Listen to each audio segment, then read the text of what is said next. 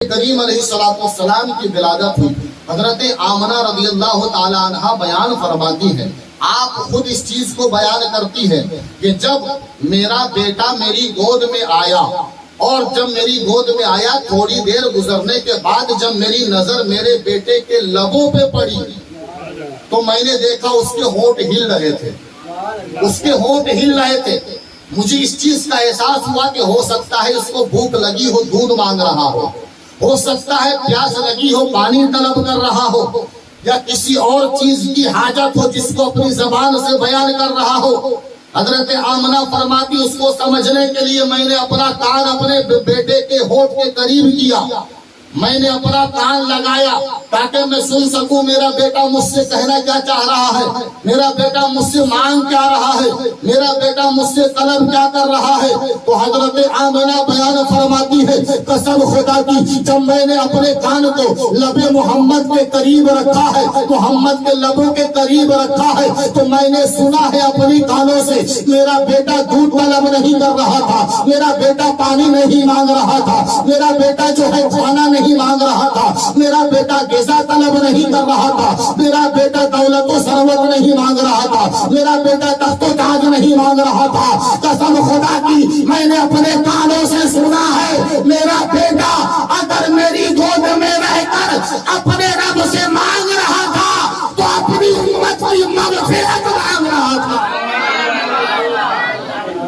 نعرہ تکبیر، نعرہ تکبیر، نعرہ رسالت، سرکار کی آمد، سرکار کی آمد، سرکار کی آمد، سرکار کی آمد، دلدار کی آمد، دلدار کی آمد، نعرہ تکبیر، نعرہ رسالت۔ نبی کریم علیہ السلام کسی کے محتاج نہیں ہے، ساری دنیا نبی کی محتاج ہے، نبی کسی کے محتاج نہیں۔ نبی تو مختار کائنات ہے، مالک جنت ہے، مالک نعمت ہے، قاسم نعمت ہے۔ اللہ کے حبیب کسی کے محتاج نہیں، لیکن سرکار کا کتنا بڑا کرم ہے ہم غلاموں پر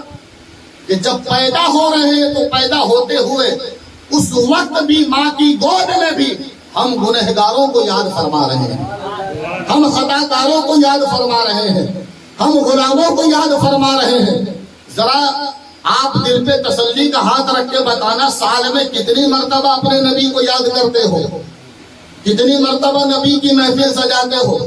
کتنی مرتبہ نبی پہ درود و سلام کا نذرانہ پیش کرتے ہو، کتنی مرتبہ اللہ کے حبیب کا ذکر کرتے ہو۔ اگر ہم اپنی زندگی کا محاسبہ کریں تو ہم کچھ بھی نہیں کرتے ہیں، کچھ بھی نہیں کرتے، ہم کچھ بھی ذکر و اذکار نہیں کرتے ہیں، لیکن نبی کا کتنا بڑا ہم پر احسان ہے۔ آقا تشریف لاتے ہی ہم گنہگاروں کو یاد فرما رہے ہیں، ہم غلاموں کو یاد فرما رہے ہیں، ہم خطا کاروں کو یاد فرما رہے ہیں۔ آقا ماں کی گود میں لیٹ کر کے ہم گناہگاروں کی مغفرت کی دعا اللہ سے مانگ رہے ہیں، ہماری بخشش کی دعا اللہ سے کر رہے ہیں۔ نبی پاک علیہ السلام پیدا ہوتے ہوئے جب ہم گنہگاروں کو فراموش نہیں کیا، ہم گنہگاروں کو نبی نے نہیں بھلایا، ہم گنہگاروں کو نبی نے جو ہے ترک نہیں فرمایا، ہم گنہگاروں کو جب ہمارے نبی نے اگنور نہیں کیا، ہم گنہگاروں کو جب ہمارے نبی نے فراموش نہیں کیا، تو ہم غلام اپنے نبی کو کیسے بھول سکتے ہیں، ہم غلام اپنے آقا کو کیسے بھول سکتے ہیں۔ اس لیے جب آقا کی ولادت کا وقت آتا ہے، نبی کی آمد کا وقت آتا ہے، تو ہم نبی پاک علیہ السلام کی آمد کا جشن مناتے ہیں، اللہ کے حبیب کی بارگاہ میں نذرانہ عقیدت پیش کرتے ہیں، اس لیے کہ نبی نے ہم کو یاد کیا ہے۔ ہمارا یہ فرض بنتا ہے کہ ہم اپنے نبی کو یاد کریں، اس لیے تو اعلیٰ حضرت عظیم البرکت امام اہل سنت عرض کرتے ہیں، پیش حق مصطفیٰ شفاعت کا سناتے جائیں گے، آپ روتے جائیں گے، ہم کو ہنساتے جائیں گے، وسعتیں دی ہے خدا نے دامن محبوب کو، جرم کھلتے جائیں گے، آقا چھپاتے جائیں گے، اور حشر تک ڈالیں گے ہم پیدائش مولا کی دھوم، مثل فارس نجد کے قلعے گراتے جائیں گے، اور خاک ہو جائیں عدو جل کر مگر ہم کو رضا، ارے دم میں جب تک دم ہے ذکر ان کا سناتے جائیں گے۔ رسالت نبی اعلیٰ حضرت حضرات نبی کریم علیہ السلام کی آمد پر خوشیاں منانا، ان کی آمد پر جھنڈے لگانا، ان کی آمد پر ایک دوسرے کو مبارکباد دینا، یہ اللہ کے مقرب فرشتوں کی سنت ہے۔